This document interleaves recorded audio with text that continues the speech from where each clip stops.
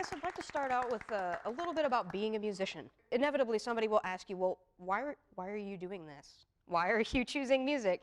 And really what they want to know is why you're not becoming a doctor or a lawyer or something far more responsible and lucrative.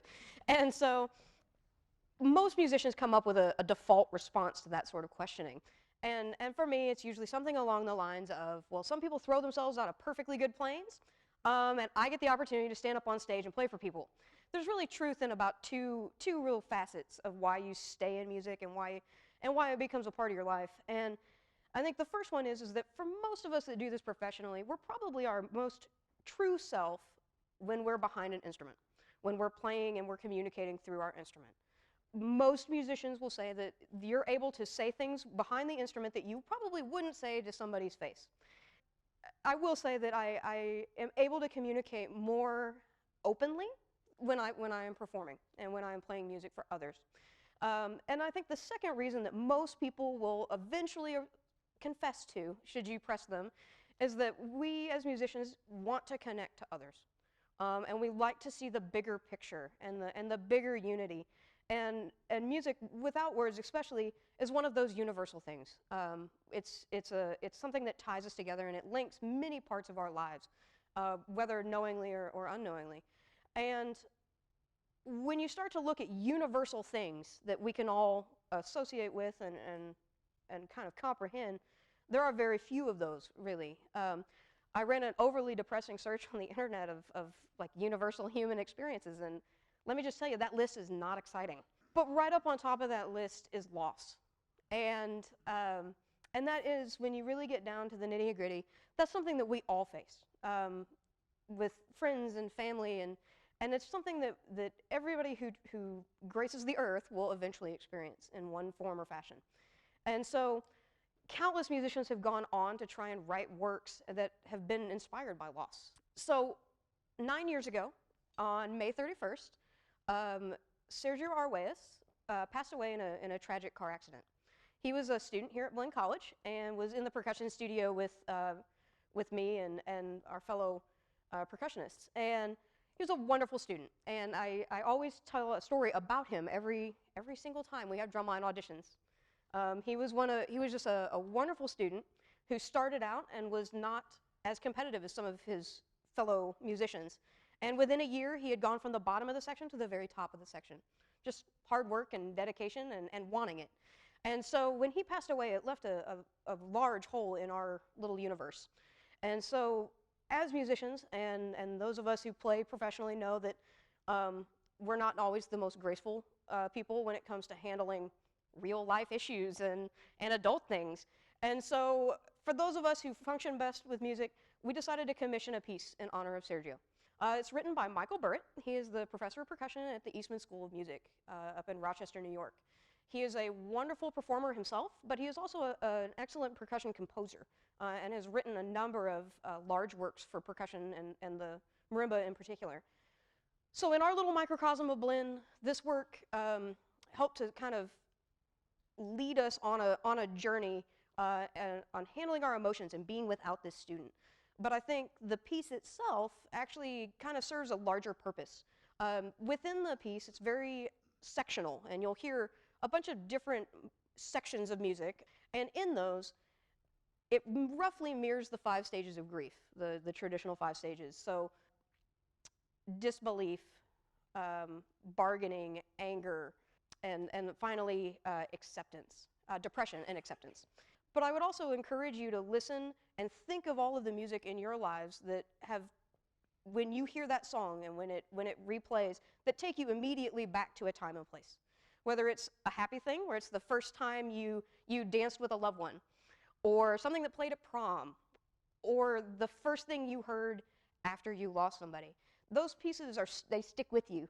And so I would encourage you to think of those and think of all of the ways that music brings, not only can soothe raw emotion, but the way it can bring you full circle and show you joy and pain and loss, but at the same time, acceptance. And so bring to you Michael Burritt's Remembrance.